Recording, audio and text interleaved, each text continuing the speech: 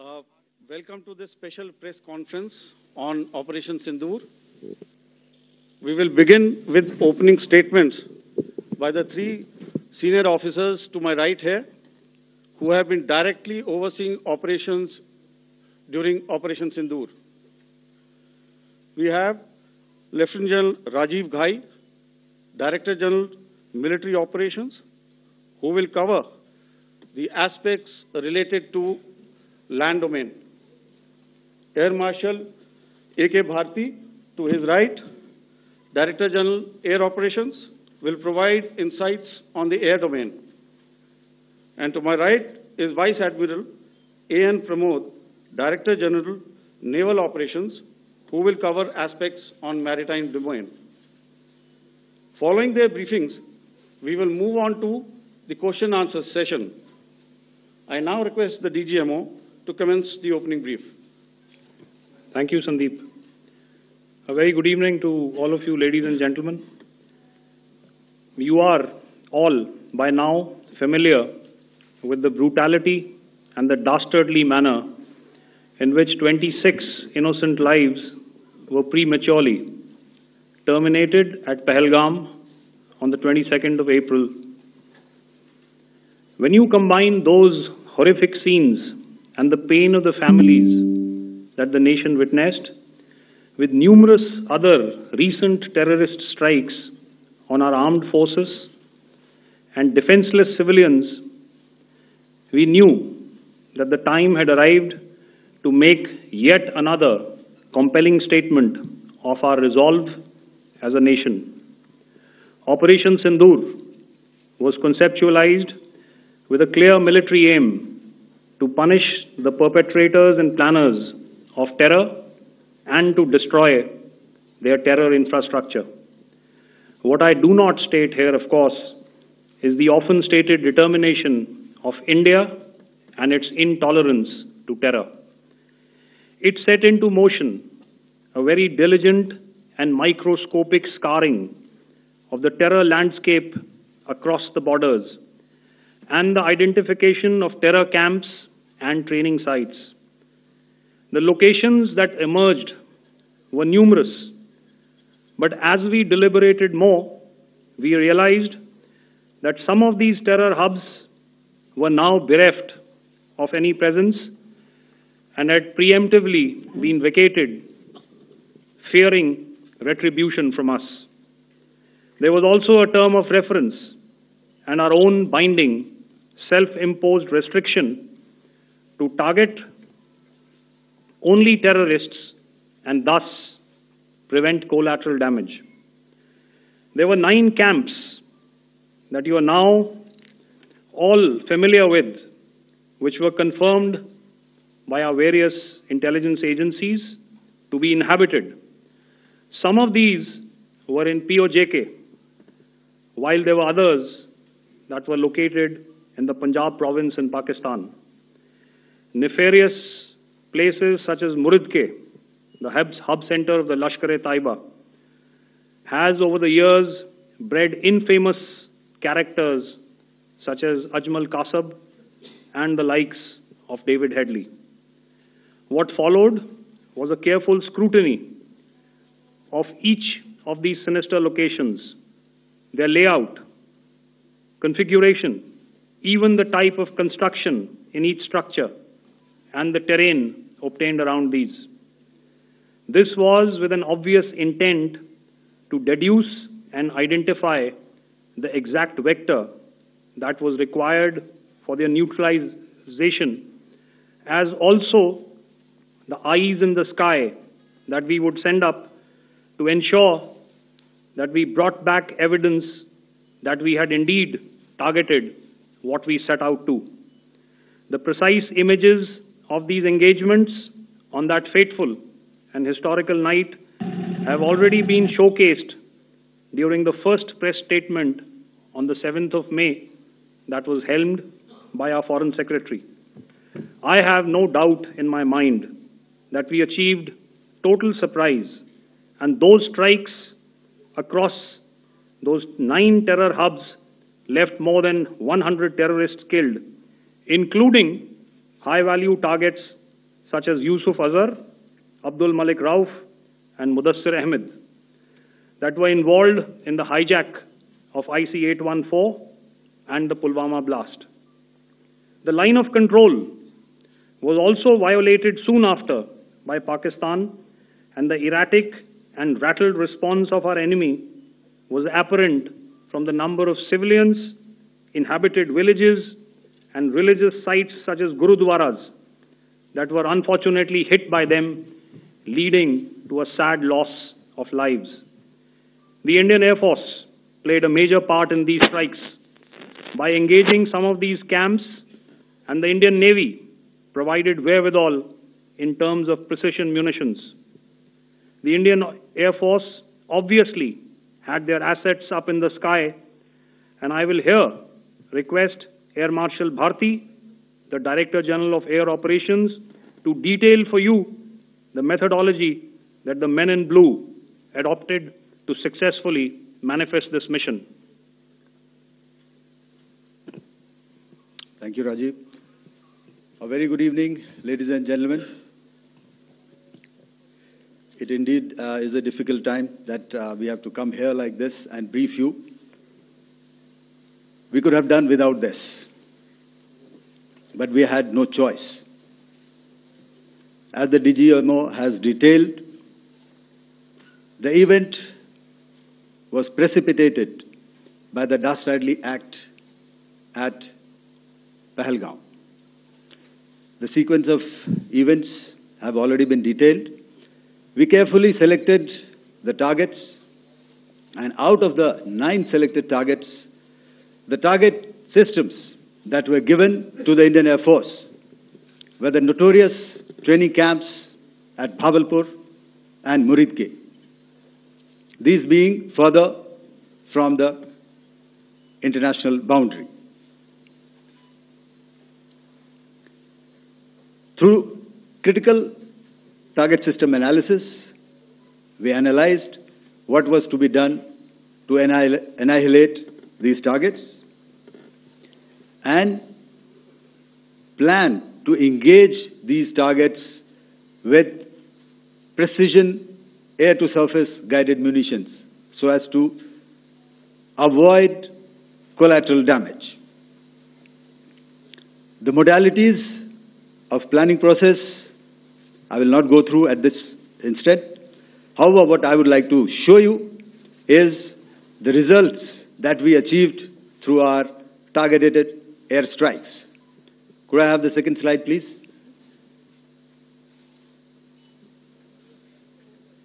Yeah, change, please.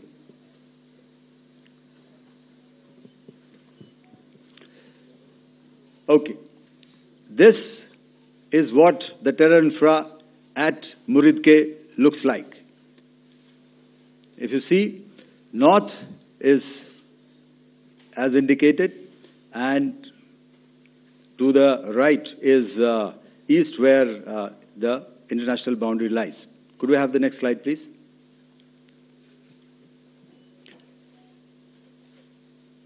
Orientating. Just go back to one slide. Okay. Please have a look at this red building, the series of buildings out here, and this empty ground. Next. If you relate, the empty ground is here, and you see this is the first weapon that is impacting. This is the impact point number 1 on Muridke training camp with our precision guided weapons on early morning 7th. Next, please. Keep your eyes glued for the second weapon coming in and the second impact on the selected target point. Next slide, please.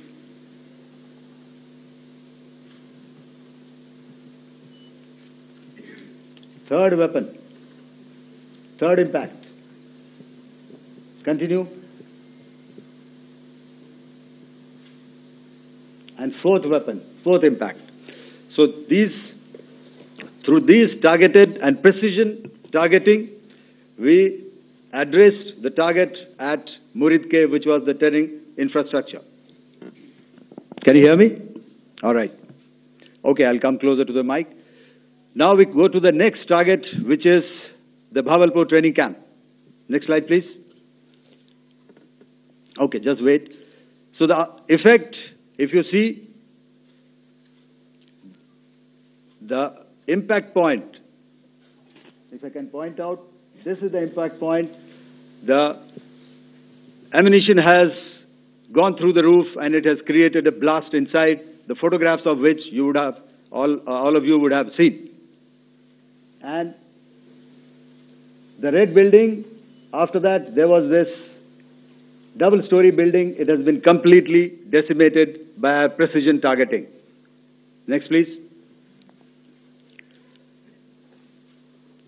The target system, which was in the north, a series of buildings. I will show you how it looked. Next. Completely destroyed by our precision targeting. Next. Now coming to Bhavalpur, this is the target complex that we are dealing with, a fairly large target complex. So we had to carefully choose the points that we needed to address, which were high value and which would meet our stated objectives of eliminating the terrorists. I would like to draw your attention to this red canopy, and in relation to that, I would cover the targets. One target system is a series of buildings here, other one here, and other one out here. Next slide, please. This is how it looked before, and this is how the building looked after the impact of the weapon. And orientation in relation to this red canopy, you can see here. Next, please. Before, next, and after. The roofs have completely collapsed. Next. This is the target system. Next. Precision targeting. And we have achieved our objectives here. Next. All right. So that was what we did on the 7th. Our objective was to address these two terrorist camps, and that we did with precision. And thereafter, we maintained a robust air defense posture, because remember, our objective was to target the terrorists and terrorist infrastructure, not any other infrastructure, not the Pakistani military, not the Pakistani any other infrastructure. So that is what we have maintained on the 7th of May. However, what we saw in the evening of 7th of May, we were saturated with a raid of Pakistani unmanned aerial vehicles and small drones. And these came in waves in our civilian areas, over our military installations, and all of them were successfully intercepted.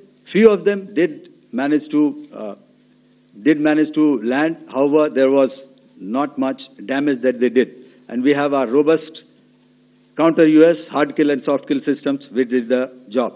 However, the difference here was that we had targeted the terrorists. The adversary now has targeted our civilians and the military infrastructure. So it had to be responded to.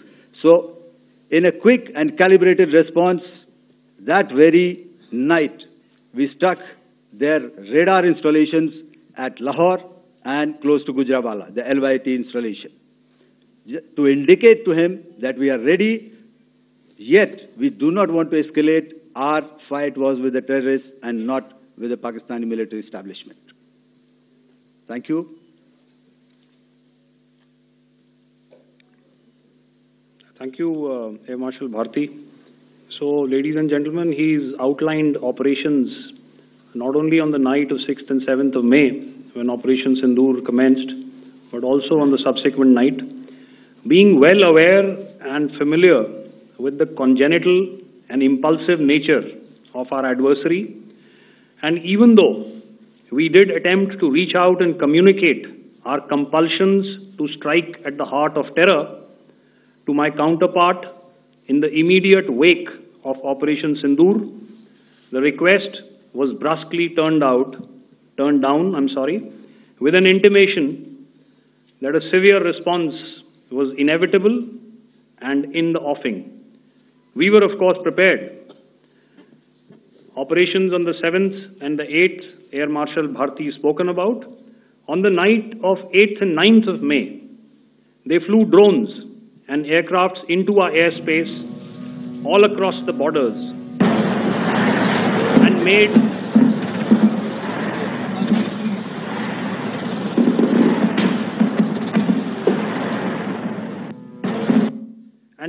largely unsuccessful attempts to target numerous military infrastructure. Violations on the line of control by Pakistan also commenced yet again and precipitated into fierce arty engagements.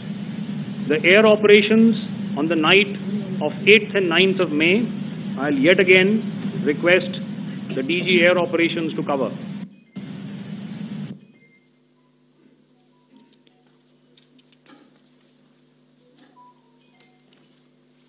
So I just covered what happened on the night of 7th and 8th. What we found that on the night of 8th and 9th, starting as early as 22:30 hours, our cities had a mass raid of drones, unmanned aerial vehicles, UCAVs, starting right from Srinagar, going down right up to Nalia. It was a mass raid in waves, and it was relentless. However, we were prepared, and our air defense preparedness ensured that there is no damage on ground or to any of the intended targets that the enemy might have planned for. The difference between 7th night and 8th night was that on 7th night, he sent in his Yiha class of UAVs, however, these UAVs can go some distance, they are armed. However, on the 8th, less numbers of armed UCAVs were there or UAVs were there, and more numbers of quadcopters, maybe for surveillance or just for harassment of civilians. This continued till midnight. Our air defense preparedness ensured that there was no damage on the ground, either to the military installations or to the civilians. However, the enemy had yet again shown that he wanted to up the ante and he wanted a fight, and we were up to the task. In a measured and calibrated response, we once again targeted his military installations, which included his SAM sites at Malirkant. This also included his surveillance radar sites at Lahore and close to Gujranwala. These were suitably addressed, and thereafter his drone attacks continued even till morning, which we countered, and during the daytime there was some respite. Here I would like to bring out another aspect. What we found was that while the drone attacks were being launched from somewhere close to Lahore, enemy had allowed his civilian aircraft to also continue to fly out of Lahore. Not only his own aircraft, but international passenger aircraft, which is quite insensitive, and we had to exercise extreme caution, even at the cost of some tactical disadvantage, to ensure that there is no damage to any of the civilian aircraft. And this was also brought out in our press briefing during the day. So I will now hand over to my colleague to cover the events of 9th onwards. On land, we also undertook certain measures such as deployment of air defense and electronic warfare assets to establish an integrated grid with the Indian Air Force, and I have seen and heard some of you wax eloquent about the benefits of such an architecture when it comes to negating and combating air intrusions. We also carried out deployment to include movement of our forces in the land, sea, and air domains. The night of the 9th and the 10th of May saw similar intrusions by drones and aircrafts, and this time there was a concerted effort to target airfields and some very, very important logistic installations, albeit yet again unsuccessful and denied gallantly and efficiently, I must say, by the integrated Indian Air Force and Indian Army Air Defense. We further strengthened our deployment and also initiated some pressure points to send a very clear and unambiguous message to the other side to desist from any misadventures on land. Some of the airfields and dumps saw repeated attacks in waves from the air. All were thwarted. The Pakistan Army has reported to have lost approximately 35 to 40 personnel in artillery and small arms firing on the line of control between the 7th and the 10th of May. What the other side had probably also not reckoned with was the speedy and precise turnaround and hit back by the Indian Air Force. And I will yet again ask Air Marshal Bharti to speak about these significant and game-changing strikes.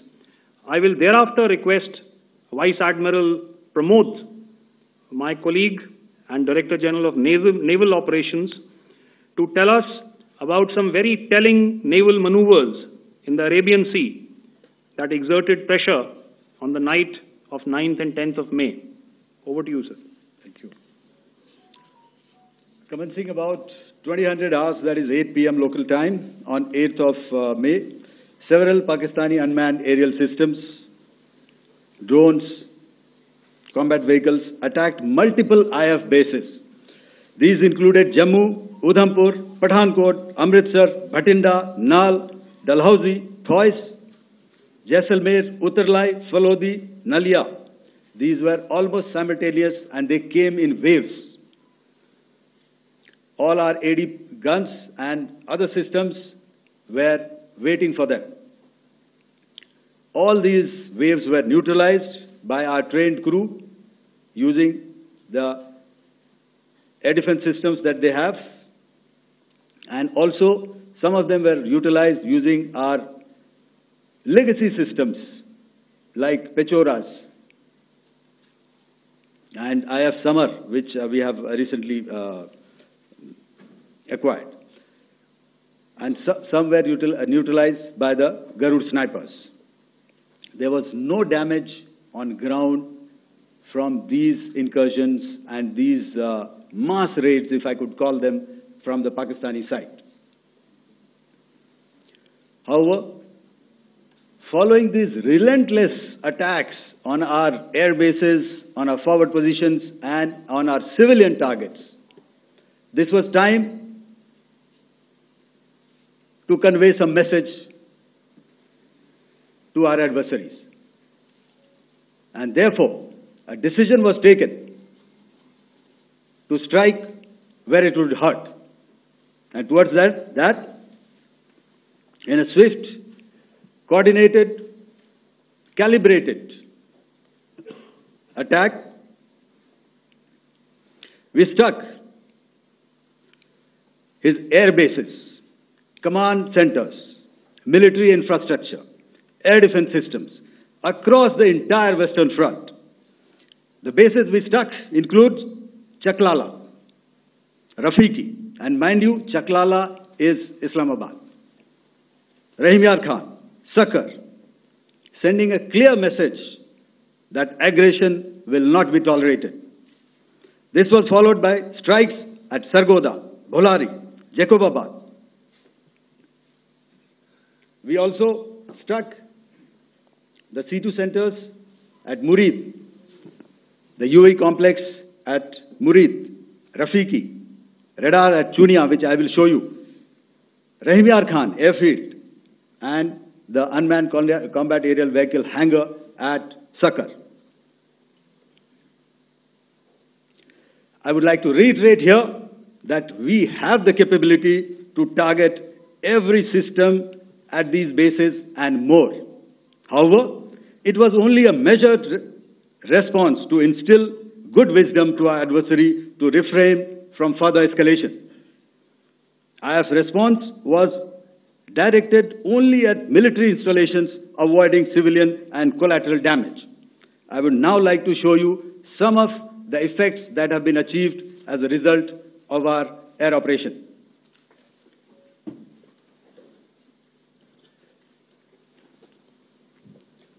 Here is the Pasrur air defense system, if you could see. Zoomed up view, this is the radar mounted on a high tower. And after the strike,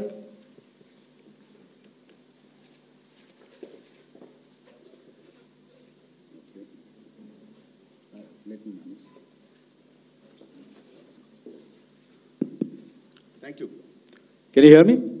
Yeah, thank you. And after the strike, this is what has happened. This radar has been taken out, completely burnt. Next slide, please. The Chunia air defense radar, which was taken out on 7th and 8th. This is the radar site. A blown up photograph, once again, on a tower. Not very clear, but what you see very clearly is the after effect after we have struck. The radar head has been completely decapitated. Next slide, please. Arifwala air defense radar. In this complex, you see how it looked before, blown up image, and after really blown up. Next.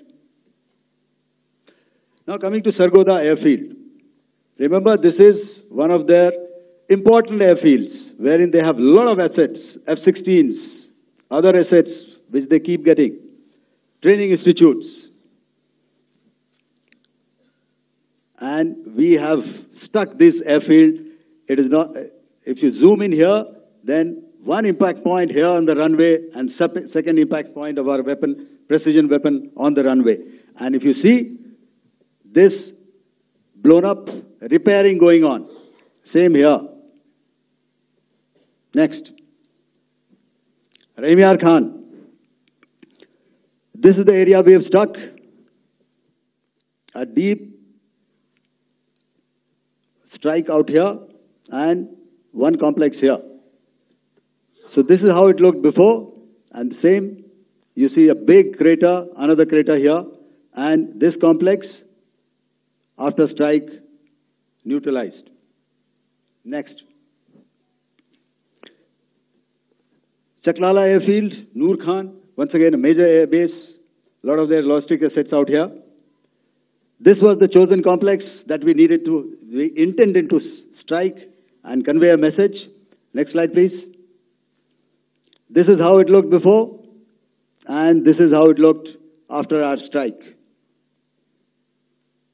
Next. Sakar. We chose the radar site at Sakar. This is the radar site, and after it was struck, this is the aftermath, completely burnt out. Next, please. Aircraft shelter. This is how it looked before the strike, and this is how it looked after the strike. The roof of the buildings completely caved in and burnt. Next. Bolari airfield, aircraft hangar. This is how it looked before, and this is how it looked after the precision strike. Next. Jacobabad,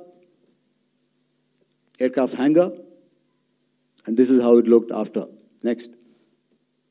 So what I'm trying to convey here, ladies and gentlemen, is to start with, our fight was neither with the Pakistani military nor with anybody else who's there on the other side. Our fight was with the terrorists. We neutralized the terrorists that we selected to be neutralized, and thereafter we only maintained the air defense posture. However, we were relentlessly pounded by waves after waves, night after night, by his UCAVs, by his drones, and by his other unmanned aerial systems.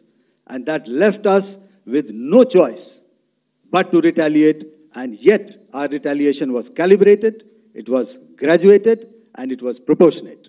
Thank you.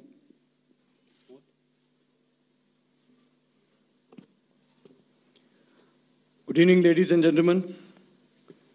In the aftermath of the cowardly attacks on innocent tourists at Pahalgam in Jammu and Kashmir by Pakistani-sponsored terrorists on 22nd April, the Indian Navy's Carrier Battle Group, surface forces, submarines and aviation assets were immediately deployed at sea with full combat readiness in concert with the joint operation plan of the Indian Defence Forces. You may be aware that we tested and refined tactics and procedures at sea during multiple weapon firings in the Arabian Sea within 96 hours of the terrorist attack. The aim was to revalidate our crew, armament, equipment, and platform readiness to deliver various ordnance on selected targets precisely. Thereafter, our forces remained forward deployed in the Northern Arabian Sea in a dissuasive and deterrent posture with full readiness and capacity to strike select targets at sea and on land, including Karachi at time of our choosing. The forward deployment of the Indian Navy compelled Pakistani naval and air units to be in a defensive posture, mostly inside harbors or very close to the coast, which we monitored continuously. The Indian Navy maintained seamless maritime domain awareness throughout the duration and was entirely aware of the location and movement of Pakistani units. In effect, we had and continue to have good battle space transparency using our maritime domain awareness grid.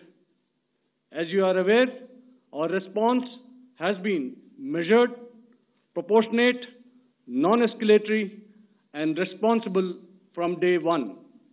Accordingly, the calibrated approach considered all options, including the ability of the Indian Navy for offensive action from and at sea.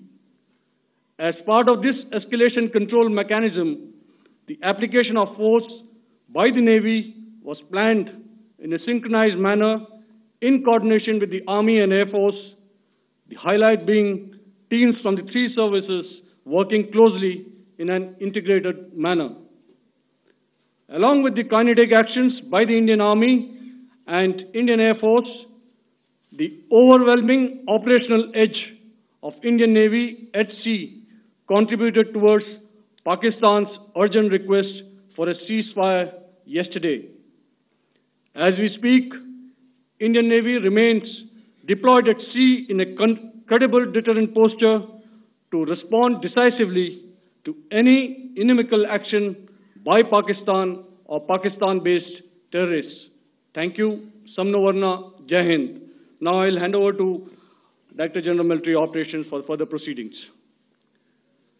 Ladies and gentlemen, on the 10th of May, in the morning, even as we were getting into a huddle to wargame the events of the previous night, a routine exercise, I received a message on hotline from my counterpart in Pakistan seeking my willingness to communicate. Since our initial aim was to strike at terror camps, and all our actions in the subsequent days were in response to the intrusions and violations by the Pakistan Air Force and its army, it was decided that I would indeed speak with my counterpart. You are already aware, I've seen it being covered on national television, that my communication with the Pak DGMO was conducted at 15:35 hours yesterday and resulted in cessation of cross-border firing and air intrusions by either side with effect from 1700 hours 10th of May, after he proposed that we cease hostilities. We also decided to further speak on the 12th of May, that's tomorrow, at 1200 hours, to discuss the modalities that would enable the longevity of this understanding. However, disappointingly, and must I add, expectedly, it took only a couple of hours for the Pakistan Army to violate these arrangements by cross-border and across the line of control firing, followed by drone intrusions across the expanse of the Western Front, through last night and in the early hours of the morning today. These violations were responded to robustly and dealt with as they must be. We have earlier today sent another hotline message to my counterpart highlighting these violations of the understanding between the DGMOs on the 10th of May and our firm and clear intent to respond to these fiercely and punitively, if repeated tonight, subsequently, or later. In this regard, I must inform all of you that the Chief of Army Staff has earlier today conducted a security review and has granted full authority to our Army commanders for counter-actions in the kinetic domain in case of any violation by Pakistan.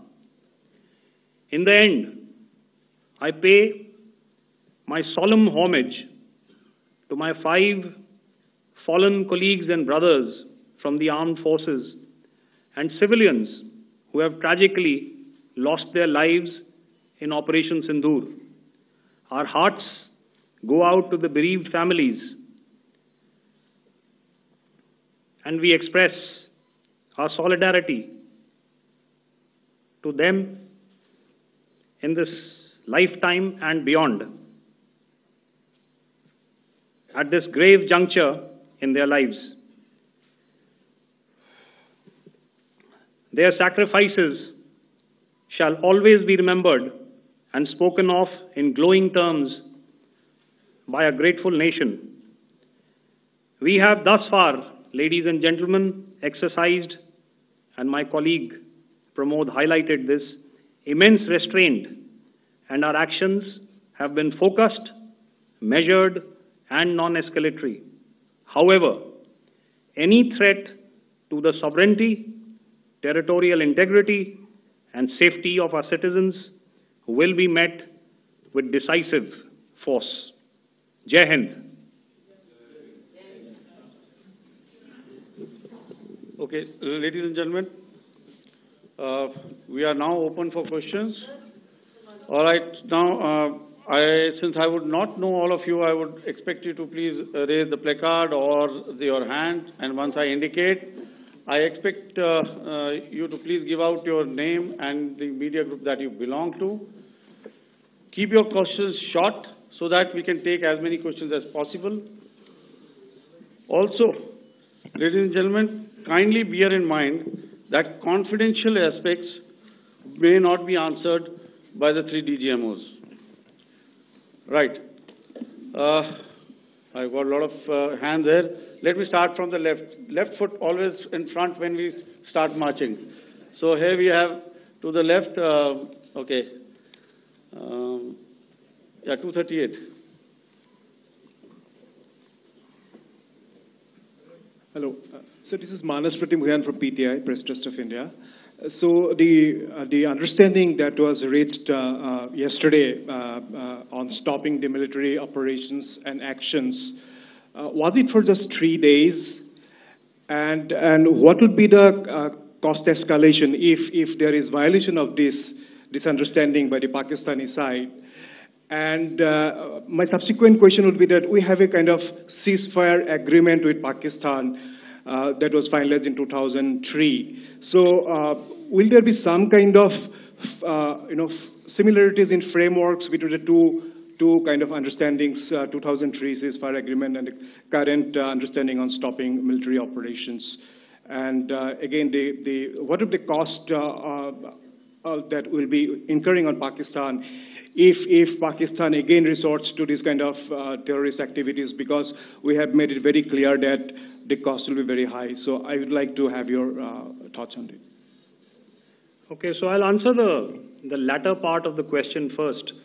I also want to add that while the initial ceasefire agreement, as you correctly pointed out, is of the 2003 vintage, but I must remind you that in 2021, in the month of February, and this was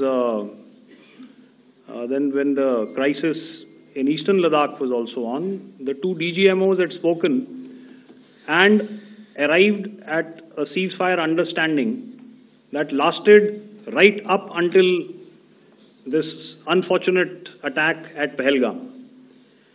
Once our Foreign Secretary had announced the decisions of the CCS in the immediate wake of that attack, he had announced certain measures, and then of course Pakistan had in turn made its own announcements.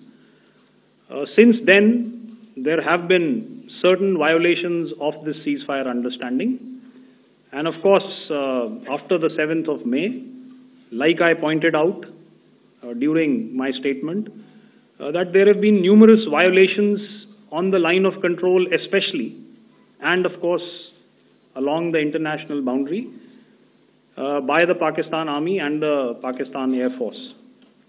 This understanding that we spoke about yesterday, no, it was not for 3 days. It was first to stop aggressive and hostile activities immediately, let that order and direction settle down for about 36 hours, and thereafter discuss modalities, like I said, to ensure its longevity. That is tomorrow, on the 12th of May. But unfortunately, we had a violation starting at approximately 1900 hours last night. And we've sent a communique, like I said, to the Pakistan Military Operations Directorate. And we will await as to what happens tonight. All right. The cost escalation, I'll leave it to your best imagination. I've already said that the response will be fierce and punitive. Now, the right foot forward. Yeah.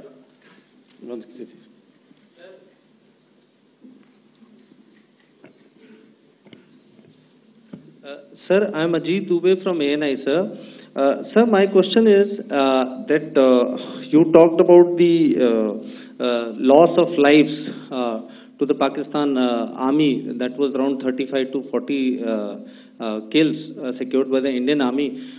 Sir, can you tell us what would be the total loss of life to the Pakistan Army in both Army and Air Force attacks, sir? And how good was the performance of the BrahMos, Scalp and the S-400 during the operations? And sir, since we have sir, just one line. No multiple questions, please. Sir, all right. And since sir, we have achieved such a spectacular, we have made good achievements in this entire operation. Can we say that we have emerged victorious, or we have a big upper hand over the Pakistanis in this entire conflict? Thank you very much, sir. So I'll answer the question about the loss of lives on the other side. Of course, there are various means to ascertain that number. There is information from various agencies that come in. There are, of course, on the line of control, other ways to find out as to what has been the effect of what you are doing there in ceasefire violations.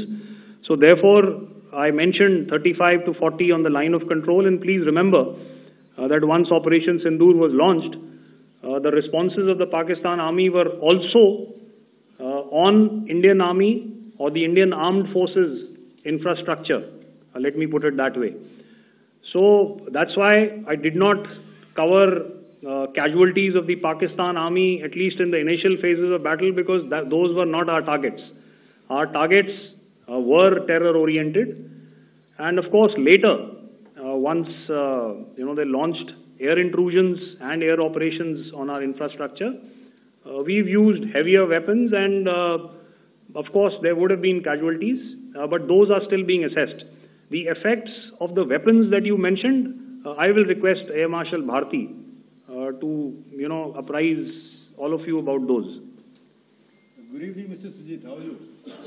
Ajit. Okay, we're meeting after some time.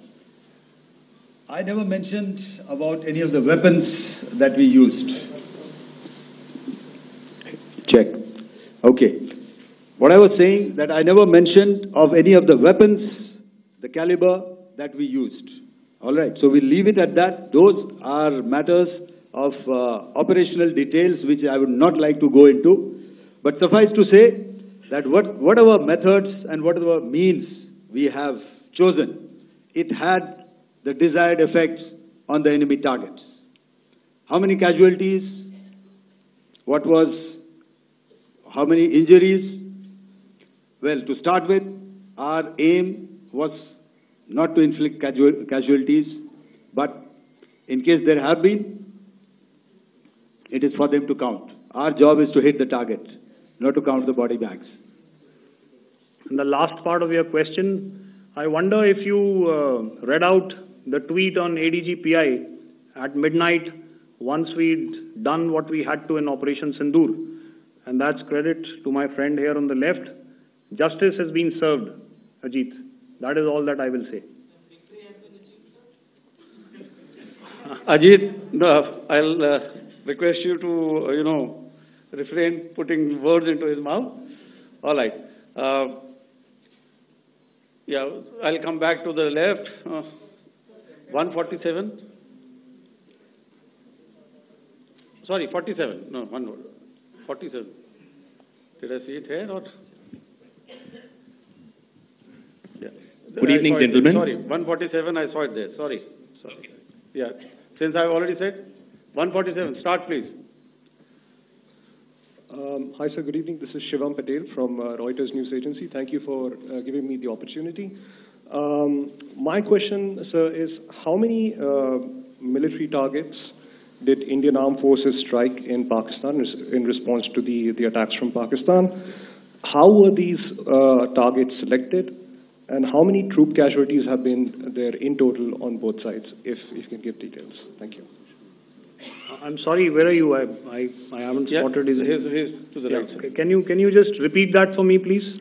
Sure, sir. So my name is Shivam Patel. I'm from Reuters News Agency. My question is, how many military targets in total did the Indian Armed Forces strike in Pakistan in response to the attack from Pakistan?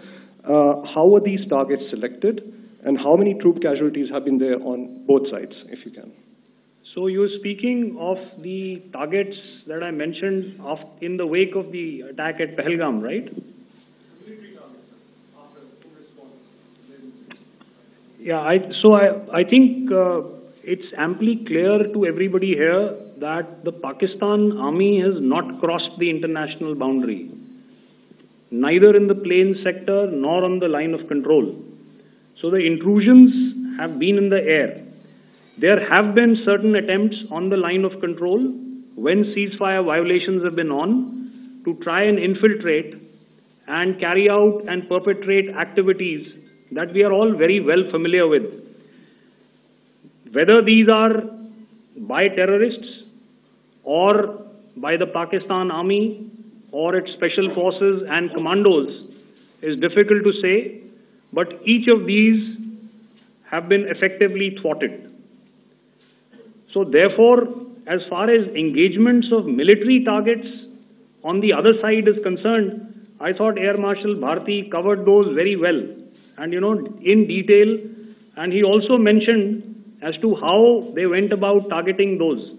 I think those images were very clear and very, very graphic in telling us as to what we needed to hit. And you'll remember right at the outset, I said that we even went into what was the construction in each of these locations and therefore decided on the vector that had to be utilized. Please. Okay, if I could add to what the DGMO has said, I have already detailed the targets. Now, whether it is X numbers or Y numbers that is immaterial. And what damage have we inflicted? You have seen. What are the casualties on the other side? As I said, that is for them to count.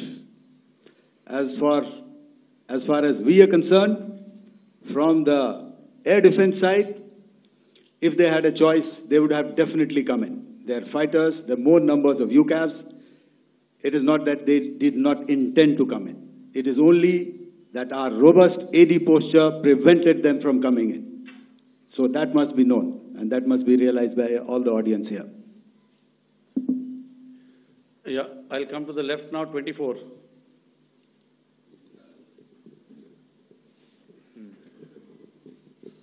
Good evening, sir. This is Anvesh Rath from Z. Sir, I wanted to know on the first briefing, which was done by FS and two representatives from Air Force and Army, you showed a list where there was 21 places in that list. You have stuck 9. Are more operations going to be held? Is Operation Sindoor still on? And the second question, thank you, sir.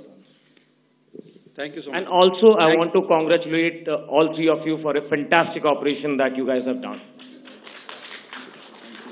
Thank you so much. Thank you so much for that one question. Yeah. Sir, the question. Unfortunately, Rath, is that your name? I'm sorry. As far as operational details are concerned, I am not in a position to share those right now.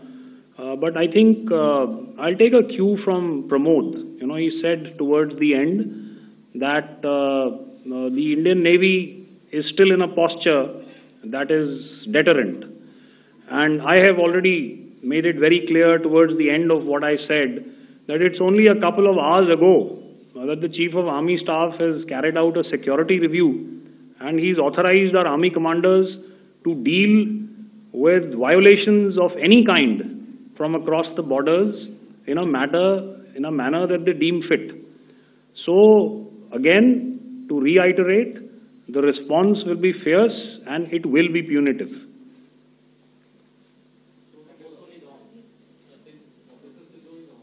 Yes. 163. I'll go back this side now. Yeah, 255. She said middle wale kya karenge, so 255. Oh, sorry. Good evening, sir. I'm Shailesh from National Defense.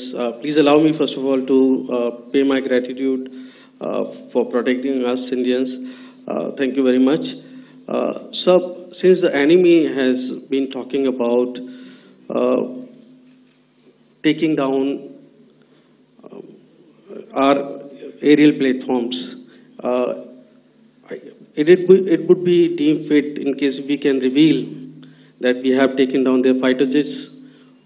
What would be the number? Though you said that they may be not good to reveal the platforms, but since this has come from various quarters in Pakistan, so I believe that we need to answer, in case if you can, sir, if you may allow.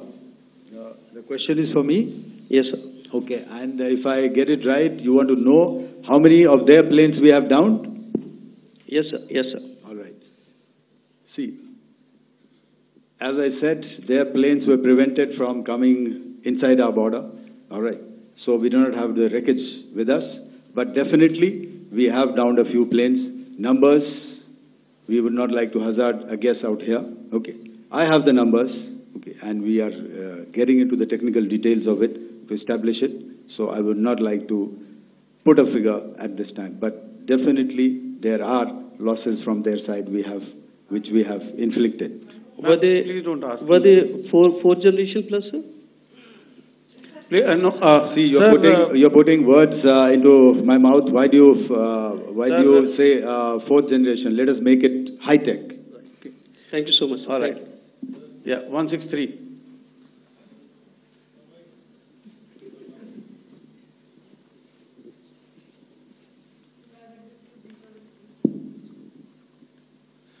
Sir मैं मंजीत नेगी हूँ आज तक से। मेरा सवाल ये है कि इस पूरे ऑपरेशन में जो आतंकी ठिकानों को निशाना बनाया गया, क्या नंबर्स कुछ बता सकते हैं कितने आतंकी मारे गए? कुछ नाम सरकार मतलब कुछ नाम मीडिया में आए भी हैं जो बड़े उसके मास्टरमाइंड थे।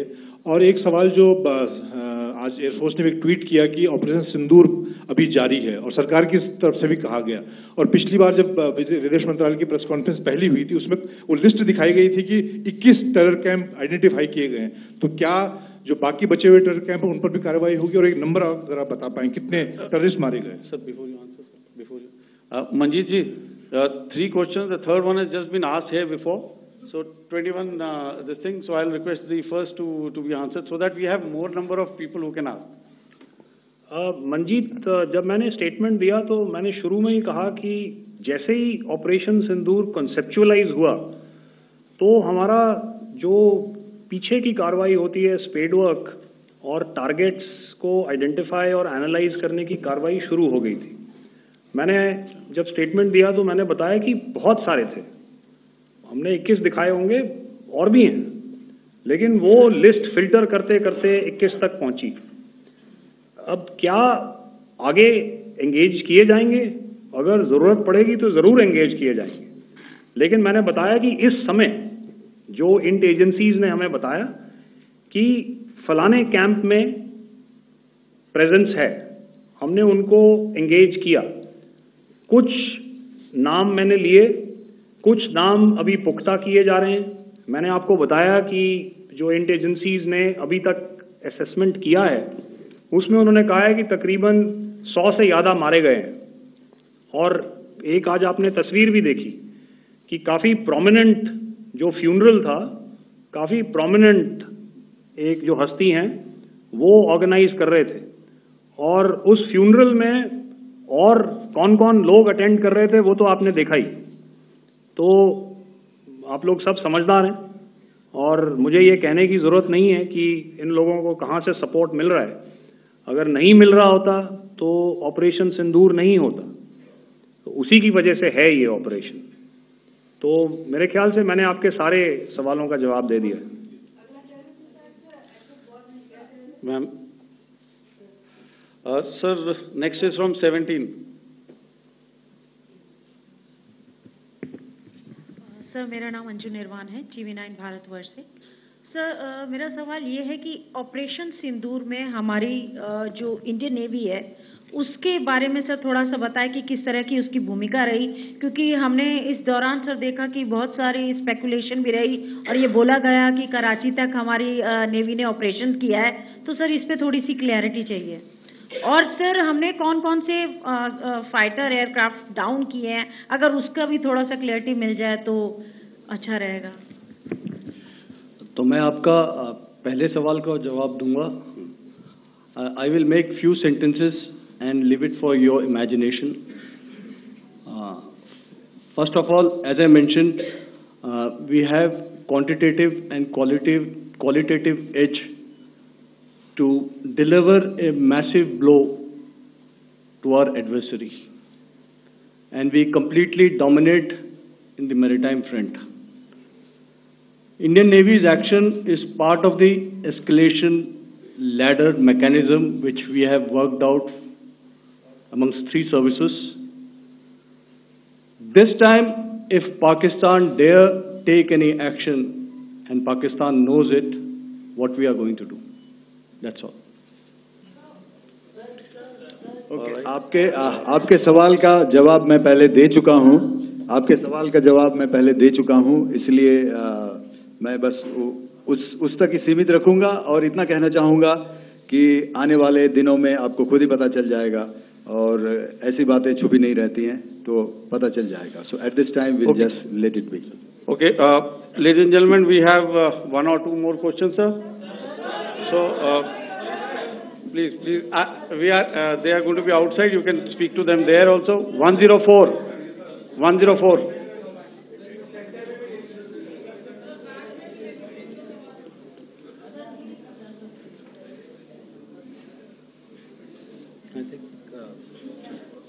Yeah, ask sir. Sir, Dinakar with the Hindu newspaper. Are you surprised that you got this question? No, sir. Mr. Look. Sir, can you give a number of assets we lost, because there's been a lot of speculation going on, international media writing a lot of things about our platforms, including Rafale. I mean, Pakistan claiming that Rafale has been downed, etc. Can you put that question to rest and clarify on that? I guess that question is for me. All right, I'm happy that you've asked this question. You know, we are in a combat scenario, and losses are a part of combat. The question that you must ask us, okay, and indeed that we must ask ourselves, you inclusive, is have we achieved our objectives? Have we achieved our objective of decimating that terrorist camp? And the answer is a thumping yes. And the results are for the whole world to see. As for the details, what could have been, how many numbers, which platform did we lose? You know, at this time, I would not like to comment on that, because we are still in a combat situation. And if I comment on anything, it will only be advantage adversary. So we don't want to give him any advantage at this stage. All I can say is that we have achieved our objectives that we selected, and all our pilots are back home. Thank you. Okay, hold. Please don't. Please be civil here. So we'll have 220 now. Hello sir, this is Anita Chaudhary sir from Swadesh newspaper. मेरा सवाल है, क्योंकि ये हमारे जो पहले जो action रहा वो आतंकवाद के खिलाफ रहा, तो आतंकवाद में अजहर मसूद की तरफ से एक बयान जारी किया गया था जिसमें उन्होंने कहा कि हम इसका बदला लेंगे और जहाज जहाज रुलाएंगे।